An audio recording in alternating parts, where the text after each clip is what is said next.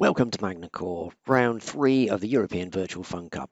We'll be joining Scott Woodwiss and Guillaume Alvarez for qualifying on this round 3. Shinko. I'm just keeping an eye on De Viles. He comes across the line. Does he go to pole position? Yes, he does. And what a time to do so as well.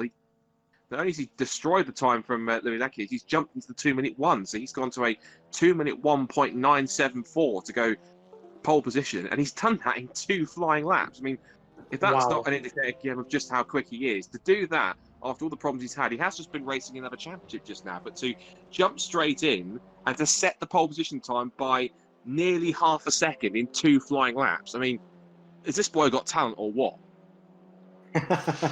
Oh, the boy certainly does have talent. Let me tell you that. It's the session, and whether he'll improve or not, which he does not. So he stays exactly where he is on pole position. No one else is able to usurp him, it seems, though we've still got a couple more cars circulating, but their sessions are over anyway. That's including both of our Lacquier's siblings, Louis and Antoine.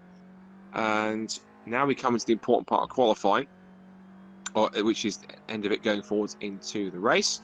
And we'll give you a rundown very shortly. But I think hopefully we can try Guillaume again, and maybe if he wants to try another update in French to give a rundown of the qualifying results from here at Mangy Cours into the Hugo de Ville on pole from Louis Lacquiers, then Antoine Lacquiers, Max Lydiard, Pierce Stockton, Muhad, Hart, Sawyers, Donat, Ville round out the top 10. The lights are red. We are ready to go. Revs are rising. They are off. Max Lydiard didn't get a great start, and Pierce Stockton is up alongside him. Jay attacking from the back there as well as they come in there. Hugo's gone slightly defensive into the first one, so he's going to have Louis Lacquiers all over his back bumper as we're coming in there. Piers is looking pretty settled in 4th, and Jay's trying to get down the inside of Max Lydiard and pulls that off. So Max has lost a few places from the start there, and he's going to be under pressure from Chris Hart at any time. Louis Lacquion absolutely welded to the back bumper of Hugo de Ville. Will he get it all his own way this time, or is he going to come under pressure from the Lacquiers brothers? They all fan out there, and yep, indeed, Hugo going defensive. Max Lydiard trying to come down the inside of Jay. Piers is getting pushed wide. He had gone past Antoine, but now Antoine comes up the inside and pushes him out onto the gravel. That was pretty strong stuff from Anton there. Now 2x2 with Jay and Chris Hart attacking those cars there with Max Lydiard as well. Piers coming across, and well, they all just cut that one. That got away with it over those. There's some quite vicious curbs there as they come down into. Are they coming down into 180 now to try and hang on? I think Jay's trying to hang on around the outside here and maybe get the advantage into turn 9 as they head down to Imola. They've sorted themselves out a little bit. Max Lydiard having a go there. Let's see where they come out. I mean, they're just nose to tail here. Who's going to pull out and have a go? Nobody there. And Piers has got a little bit of ground, and he's using every bit of curb, not as much as Max Lydiard, who was up in the air. He's down the inside, holding the inside line here. They're side by side. There's a little bit of contact as they're coming into the final curves here, as they come into Nicole's. Oh, and you know, he goes over the... No, he's not going to hold that. He's lost it. Bit of a mistake. Got pushed, tried to go too wide through there.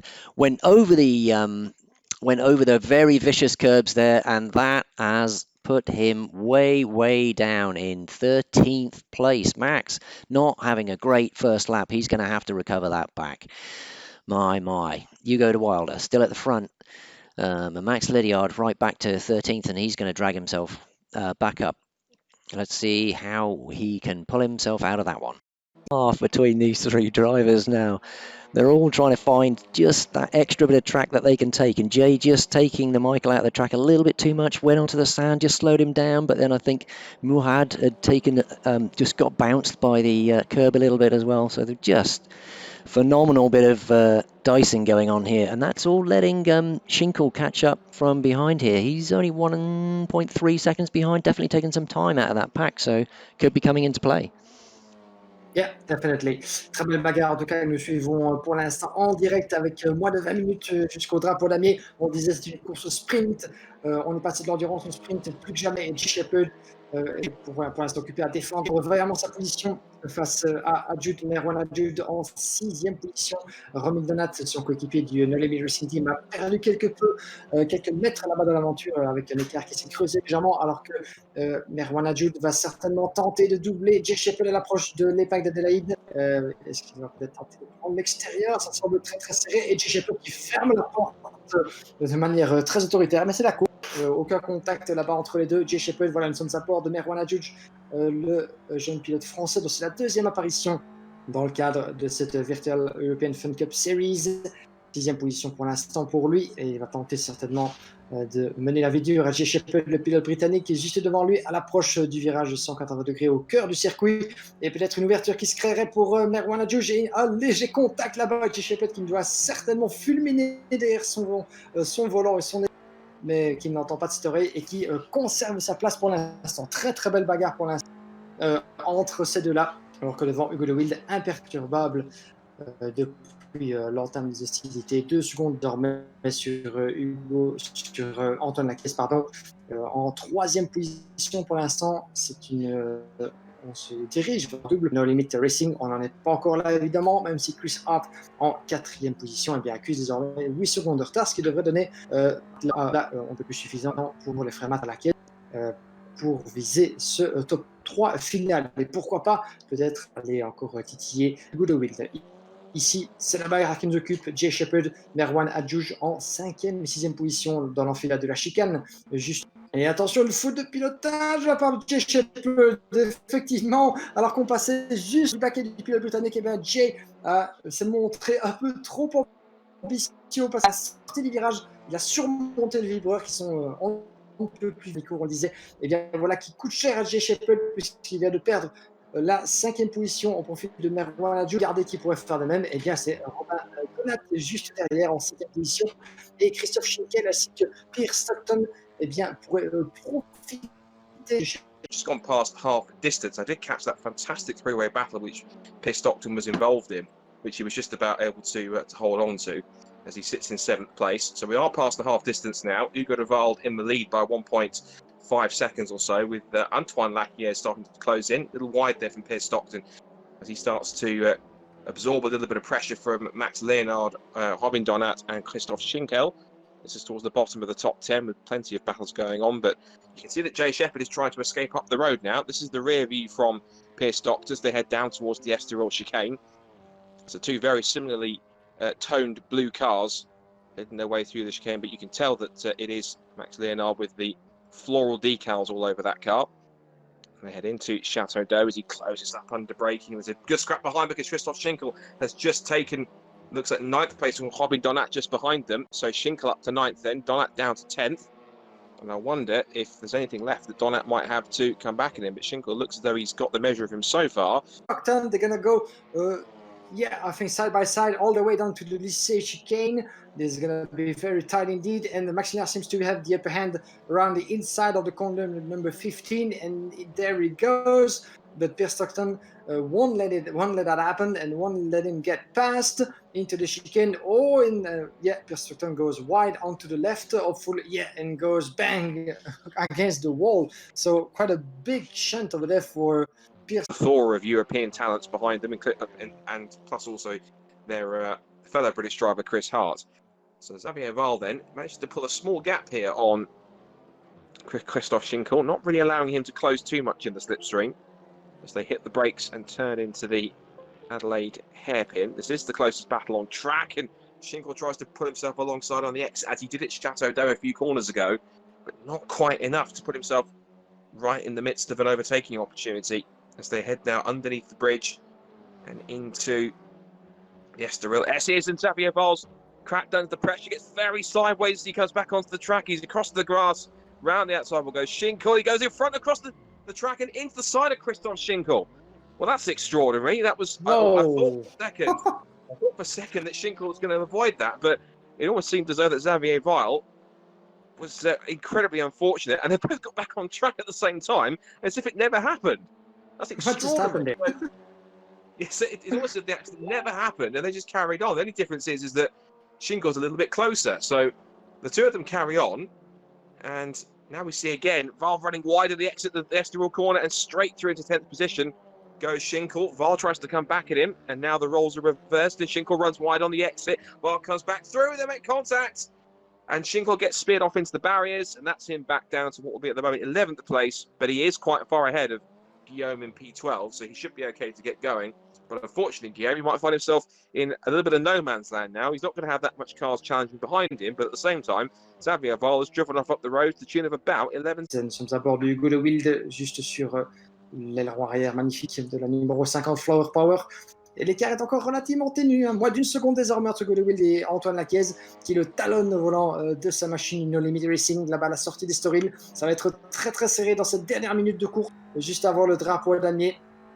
Chris Hart, 4e, nous sommes à bord de Antoine Laquiez, 2e, on va suivre ça de très très près. Il va tout tenter peut-être dans ce dernier tour, Antoine, d'aller chercher Hugo. Serait-ce raisonnable de tenter le diable vauvert dans ce dernier tour, ou alors d'assurer la 2e position, sachant que quoi qu'il arrive pour l'un comme pour l'autre, eh bien, avec la règle de la grille inversée, ils partiront depuis la 4e ligne si rien ne bouge en l'état, et la pole position devrait revenir au pilote britannique Pierce Stockton, pour l'instant en 8e position. Il reste quelques virages à disputer. Hugo de Wilde, Hugo et Antoine Laquiez, 1 seconde entre les deux, sauf erreur de l'un ou de l'autre. Je pense que le classement devrait the last few seconds of this race, Scott, and a bit more than a second between Hugo de Wilde and Antoine Laquiez, who is going to be trying everything that he has just to snap that victory out of him, but it might actually run out of time. It may well be. Thanks for that, Guillaume. And it possibly is going to be without his reach at the moment. They come through Estoril for what is the last time. And Antoine is giving it everything he can to close up off the back of Hugo de Wilde here. So credit where credit's due. He has got it to under a second as he closes under brakes into Chateau d'Eau for the last time. But it looks as though the former Renault Euro Cup racer and front runner at that way, he's going to hold on to this until the end. But it's never over until they get to the checkered flag.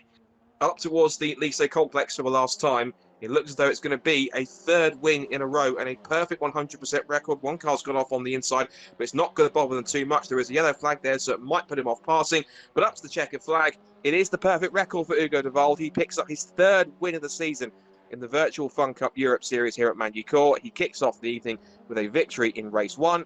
Antoine Laquiez is 2nd, and it's a double Laquiez celebration on the podium because Louis comes home in P3 as well. Chris Hart will pick up 4th, but some 27 seconds back, it seems, down the road. 5th place will go to Max Leonard. We wait for the rest of the field to make their way through. Here is Chris Hart. He is top of the UK drivers in the field. Flicks his way through Elysee chicane and onto the pit straight, and he hasn't got the rest of the field too far behind him because Max Leonard will come back through in what looks to be 5th position. Or is it? No, it is. So it's 5th position for Max Leonard, then 6th for Mervan Hadjuj, and 7th for Jay Shepherd. That was a lapped car on the way I was getting confused by. And then it's Pierce Stockton in 8th, and more importantly, it's important for Pierce Stockton in 8th because he will grab the reverse grid pole position. It's the top 8 from this race result that get reversed to race 2, which means he will start on the front row on pole alongside Jay. It's an all-British front row with Stockton and Shepherd on the front row of the grid. And we are underway in racing. That's one of the most unconventional first couple of starting positions I've seen with Louis Laquiez as they head off the grid for the first time. Stockton heads his way into Grand Cours for the first time in the lead. Shepherd in 2nd place, followed by, looks to be that's Max Leonard in 3rd place, who's managed to slot himself in. Chris Hart with a strong start in 4th. Louis Laquiez is 5th from Antoine in 6th. Hadjuj 7th, and then it's Robin Donat in 8th, and Hugo de Wilde is currently in 9th place ahead of Christophe Schinkel. So trying to make their way up the field as best they can on the run through the Golf Kink and towards Adelaide Hairpin for the first time. And you can see now that already Jay Shepherd is trying to line up the bright blue car Pierce Stockton for a move, potentially for the lead into the hairpin under brake. And this is going to be where all the passes are going to be made here in the initial couple of laps. Chris Hart goes for a dive for 3rd position up the inside of Max Leonard and gets it done. Meanwhile, Hugo de Wilde is being assaulted by No Limits Motorsport cars at all sides of him because he's stuck in the sandwich of cars between himself, also with Andre and Louis Laquiez, and there's a few cars I think went to ride towards the back as well, including Hadjuj and Axel Soyez as well. Up through the Nürburgring chicane and into 180 for the first time, and Pierce Stockton continuing to hold the advantage. He's managed to resist the attack from Jay Shepherd, but now Shepherd's got to worry about the cars behind him because he has got a very feisty Chris Hart off the start of this race all over the back of his rear wing, and likewise you can also see there is pressure from Max Leonard in 4th place as they come up towards Estoril underneath the Vodafone Bridge and into this very fast right-left section for the first time. And Leonard rocking over the curbs as he tries to stay with the cars in front of him. Turns into the right-hander and tries to get the power down as quickly as possible. And now into this little right-left flick. Or at least out of, at least it will be out of Chateau d'Eau for the first time. But a relatively clean start for the first few corners, it looks as though, for the moment at least, Guillaume.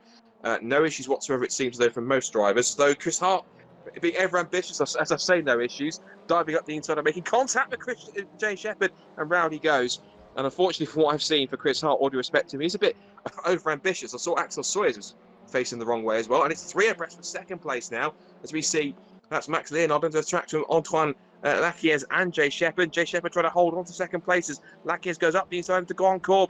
Trying to go past him with him is Max Leonard. As they go into the right-hander at Estoril, it's side by side for 3rd place as Shepherd fights back and gives a little bit of an elbow, a shoulder barge to Antoine Laquiez there out of Estoril for the 2nd time and on towards the Adelaide hairpin. So I was about to say, Guillaume, it was pretty calm for the first few moments, but it all kicked off towards the end of that first lap. And more importantly, look behind him, Guillaume, in 5th position, Hugo Deval with a cracking start and looking to make up places early.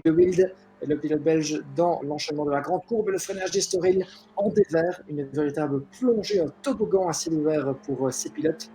Chez Shepherd qui est légèrement déporté vers l'extérieur de la trajectoire en entrée de courbe, et voilà qu'il pourrait profiter non seulement à la caisse juste derrière lui, et de Wild s'il parvient à prendre l'avantage, prendre le meilleur à la corde de l'épingle de Delaïde, un des secteurs du circuit, on disait, le plus propice au manœuvre de dépassement. On va suivre ça depuis le marqué d'Hugo Le Wild. Est-ce que Hugo va pouvoir peut-être profiter? Et il y a contact, et Jay Shepherd qui malheureusement est propulsé en dehors de la trajectoire de la piste en tête à queue. Il y a une catastrophe pour le pilote britannique et décidément un rebondissement de plus en ce début d'épreuve. Vous voyez Jay Shepherd qui coupe la trajectoire et qui tente de revenir tant bien que mal en piste. Voilà, qui va lui faire perdre pas mal de positions au pilote britannique.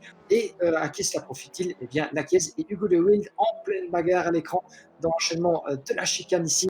Superbe manœuvre là-bas. Et Hugo De Wild qui n'attend pas beaucoup plus pour prendre la 2e position à la corde du 180 degrés. Hugo De Wild en 2e position, alors qu'il reste un peu moins de 25 minutes de course d'ici le drapeau à damier. La remontée, eh bien, c'est pour maintenant. Et un qui va devoir regarder dans ses rétros, eh bien, c'est Pierre Stockton qui a jusqu'ici 2 secondes 5 d'avance sur Hugo De Wild, complètement déchaîné. Thank you. More than half a second, as you can see, those two, Hugo and Antoine. Oh, Antoine is very close. He might want to try to get past finally, but that's the smartest thing to do, as you said. And there he goes, right on the inside of Hugo De Wild. Antoine Laquiez, who might want to go for 2nd position. He knows, he feels, he sees that Pierre Stockton is up for grabs. And there he goes, side by side, down into the corner number 15. And will he just make it up to the end? There he goes, and De Wild, very smartly actually, crosses the line and goes back into between the chicane.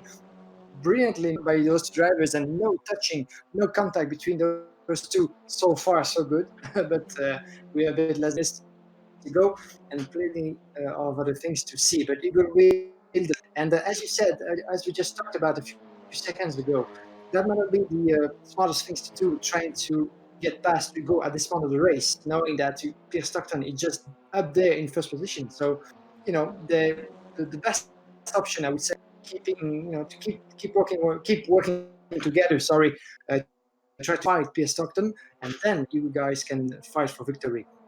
But yeah, he's going for it now. Hugo Deval with a dive up the inside. He's managed to pick his moment into the Adelaide hairpin. Stockton tries to get the undercut as Laquiez tries to put the power down. So far, Stockton's held on in front. But you're absolutely right. 2 Funcup cars work better than 1 in the draft, and they certainly have been punching a bigger hole in the air than Stockton has, even with the 2 of them battling over 2nd place. They were still at least 6 or 7 tenths quicker than Stockton, who was in clear air.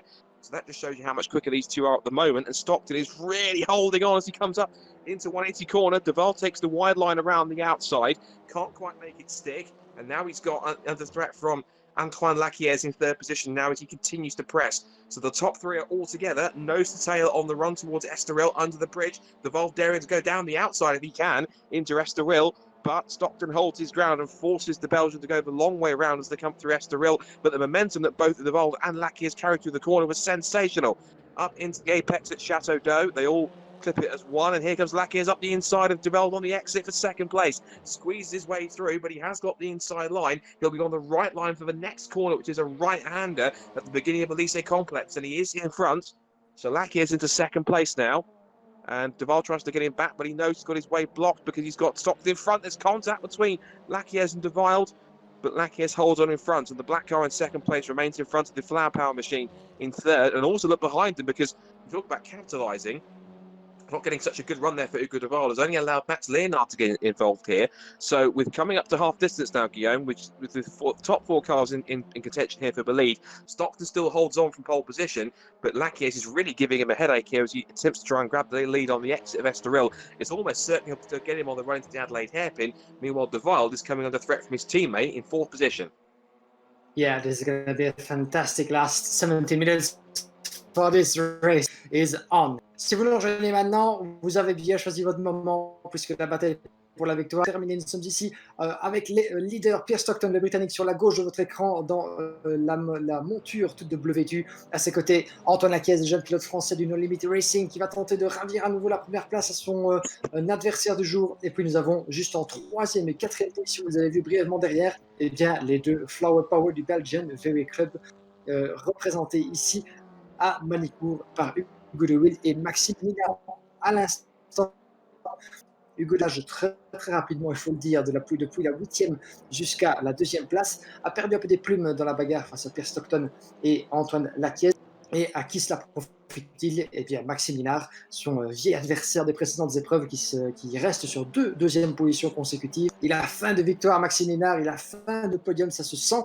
Et voilà une belle opportunité pour lui de peut-être, pourquoi pas, aller chercher cette première position qui le boude de cette Virtual Funcup European Series, et ça pourrait bien être l'occasion rêvée pour lui puisque le quatuor donc de nos leaders est encore très serré. Donc, comme vous pouvez le voir, on a deux bagarres l'une dans l'autre, et la bagarre pour la victoire qui pourrait bien prendre un nouveau tournant puisque Antoine Lakiers a pris contact entre Antoine Lakiers et Pierre Stockton qui était précipité contre le mur là-bas de la descente juste après le virage du château d'eau. Gros retournement de situation là-bas. Et Antoine Lakiers qui vient de prendre la première place, ou voilà, qui ne va certainement pas faire plaisir aux commissaires qui scrutent de cette épreuve comme nous. Mais Antoine Lakiers, voilà, résultat, Antoine Lakiers est en tête. Pierre Stockton vient de dégringoler dans la hiérarchie. Je regarde où il est pour l'instant. 7e position, il est parvenu à reprendre la piste toutefois, Pierre Stockton, évidemment. Mais voilà, une belle désillusion pour le club britannique et qui menait les débats depuis l'entame de cette épreuve, qui résistait bien face à Antoine Lakiers. Y a-t-il eu contact? Il y a eu contact en tout cas, mais s'agit-il d'un fait de... On va rester évidemment sur cette interprétation des faits pour l'instant, mais quoi qu'il en soit, Antoine Lakiers est en tête et regardez qui se rapproche derrière lui, Hugo de Wild et Maxime Minard juste dans sa roue. La bataille à 4 vient de se transformer en bataille, mais ça n'en enlève pas moins tout le suspense qui va nous suivre jusqu'au terme de cette épreuve, avec 15 minutes un peu moins à disputer jusqu'au drapeau à damier. What a turn of events, Scott, that was. Pierre Stockton out of the race, at least for when it comes for the battle for victory, and we just went from 4 drivers battling to 3 between Lakiers, De Wild and Maxime Minard, who might have a good shot at the victory after finishing twice on the second step of the podium in Assen and Lakiers in fourth place. As we continue to watch this battle now, as Hugo Duval is into the lead here at Mangy Cours. 13.5 minutes just under to go, and Antoine looking very feisty. He was all over the rear wing, sweeping this way and that to have a look into Glencorp, but couldn't make it happen, and through the dip into Estoril, and just waiting to hit the throttle. Now they start to push through on the exit, start to build the momentum on the run towards the Adelaide hairpin. But again, Antoine will be in the slipstream of the Flower Power car. He's in a bit of a Flower Power sandwich because he's got Max Leonard just watching on in third position. Louis Lakiers, there he is. He's just under 2 seconds behind now, and he's closing in on these top three, effectively corner by corner. So here comes Antoine Lakiers down the outside line to make the move. And he knows he can get the undercut if he can force Duval to go wide on the exit, which he doesn't just about, because he knew that Antoine was there to try and take advantage. Duval going right to the inside of the circuit to defend from any kind of a possible move, and the two of them are practically linked together as one 8-wheel Funcup car. Down the outside into the Nürburgring S's, and I think Antoine would have been very foolish to try and get through on the outside line because Duval was really going to force the issue and make sure he wasn't going to give him any room. He takes to the inside line into 180 to get the undercut on the sprint towards the Estoril S's. Little wiggle of oversteer there from De Waal. That might just give Antoine the incentive he needs to make a move, and he sweeps to the outside, looking one way then the other. He's trying to distract the former Formula Renault Euro Cup racer and trying to make him force him into a mistake as they come into the Estoril S's now. With just under 12 minutes to go, they're up on two wheels there for Antoine as he looks to the outside again into Chateau d'Eau. A great battle for the lead here, but De Waal knows he has to cover himself on the exit, and he doesn't quite do it. Now he's going to be under threat because the next corner for the braking zone is going to be a right-hander, and just as it happened before a few laps ago, Antoine Laquies is in a prime position here to steal back the lead. They're side by side in the sprint down towards Lycée. They almost touch doors, under brakes into the right-hander, and Laquies has his nose in front. He's through back again into the lead. But De Waal will try and get it back into the chicane if he can. He did this a lap ago when he tried to get the undercut, but this time he can't make it happen. And Leonard's now in the mix as well. Leonard wants to pick up second place. He's going side by side with his teammate. Louis Laquies is in the mix as well. It's four of them for the lead now, with Antoine Laquies holding on with De Waal in second, Leonard third, and Laquies fourth. It's an incredible battle at the front. And if we thought this battle couldn't get any more intense, Guillaume, we just got proven wrong. This battle, if it was at 10 before, just got turned all the way up to 11. Bagarre avec un peu plus de 11 minutes désormais jusqu'au drapeau à damier. Superbe bagarre, nous sommes ici à bord. Nous étions à bord du meneur de ce groupe de 4, Antoine Laquies, qui vient de ravir la première place et de se maintenir devant. Mais pour combien de temps encore face à Hugo de Wilde qui n'a pas dit son dernier mot, alors que nous sommes entrés progressivement dans le dernier tiers de cette épreuve de 30 minutes. Seconde manche de la soirée. Et Hugo de Wilde qui plonge à la corde de l'épingle d'Adélaïde et qui passe, semble-t-il. Est-ce qu'il va pouvoir fermer la porte suffisamment pour empêcher Antoine Laquies de croiser la trajectoire? Non, puisque Laquies a vu l'ouverture, a écrasé la pédale d'accélérateur pour tenter de reprendre son duel, son côte à côte à l'approche de la chicane du Nürburgring.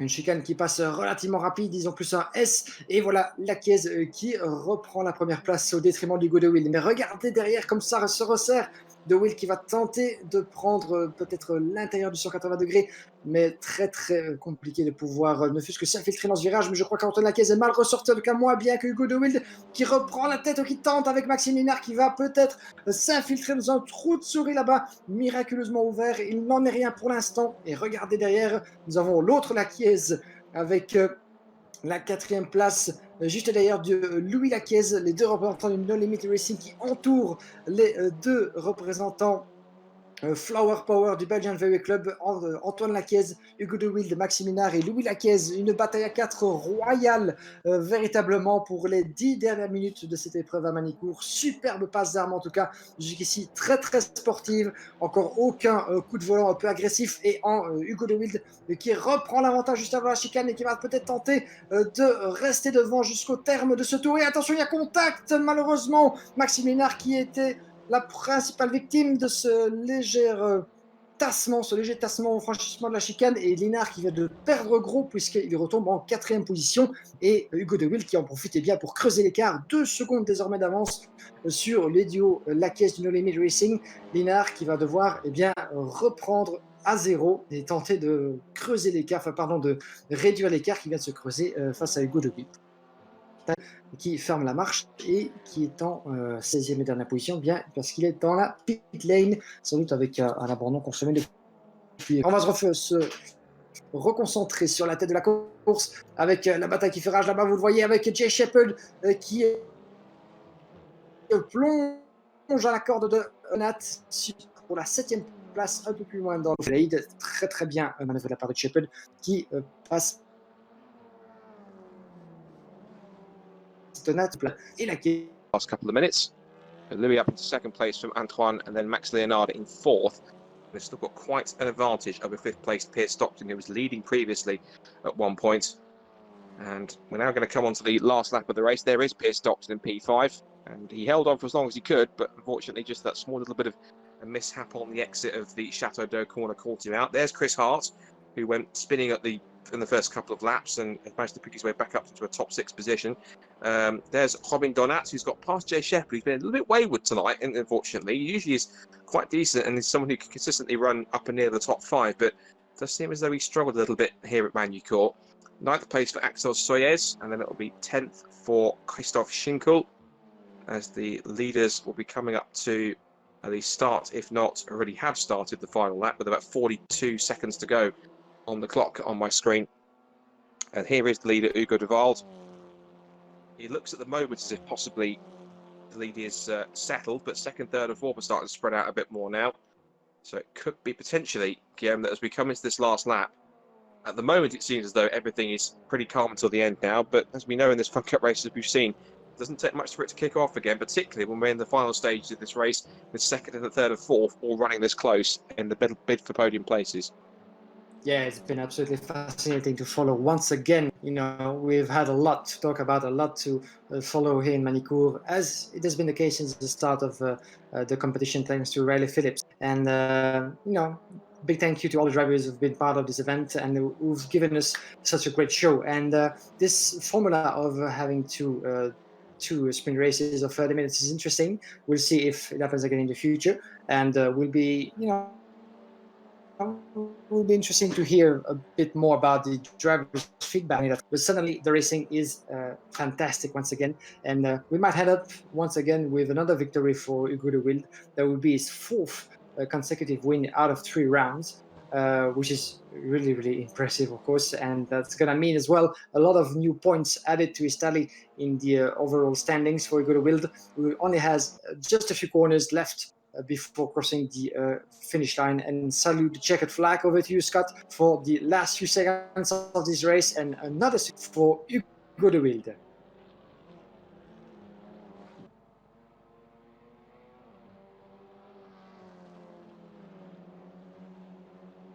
Et voilà qui franchit la ligne d'arrivée. Victoire pour le jeune pilote belge, une nouvelle victoire pour le représentant VW Club. Superbe succès de la part d'Hugo.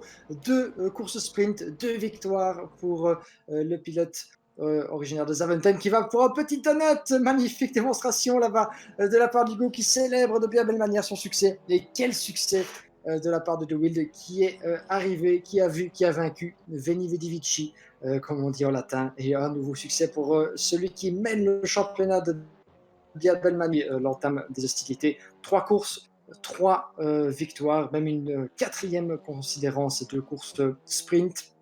Un succès incontesté pour Hugo de Wilde, qui offre donc une nouvelle victoire aux couleurs du M3M et surtout à cette magnifique livrée Flower Power de la VW Club. Très belle performance également de la part des frères Laquiez, Louis et Antoine, qui terminent sur la 2e et 3e marche du podium, et que nous avons un petit attaque là-bas. Christophe Schinkel, non, je ne pense pas, juste derrière lui. C'était Eric Stelling, je pense, qui est parti à la faute. Le voilà qui franchit la ligne d'arrivée, tant bien que mal Eric, en 11e position. Donc, on le disait, double podium pour les frères Laquiez devant Maxime Minard, donc, qui ne goûtera pas aux joies du champagne en quelque sorte. Au terme de cette épreuve de Mangy Cours, 5e position pour Pierre Stockton devant son compatriote britannique Chris Hart. Nous avons ensuite Robin Donat, 7e devant Jay Shepherd en 8e position. Axel Soyer a franchi le drapeau damier en 9e position. Et puis 10e place pour Christophe Schinkel devant Eric Stelling, Xavier Well, Vincent Ducluseau, Pierre-André Guillaume. Puis ensuite Mathis Besson, le nouveau venu parmi les effectifs du team M3M Motorsport, et Marwan Adjouch, qui malheureusement n'aura pas vu le terme de cette épreuve de Mangy Cours. Quoi qu'il en soit, on retiendra cette superbe victoire à nouveau de la part d'Hugo, qui continue d'imprimer sa marque sur cette première édition 2020 de la Virtual Funcup European Series. Je crois que nous avons malheureusement peut-être perdu Scott en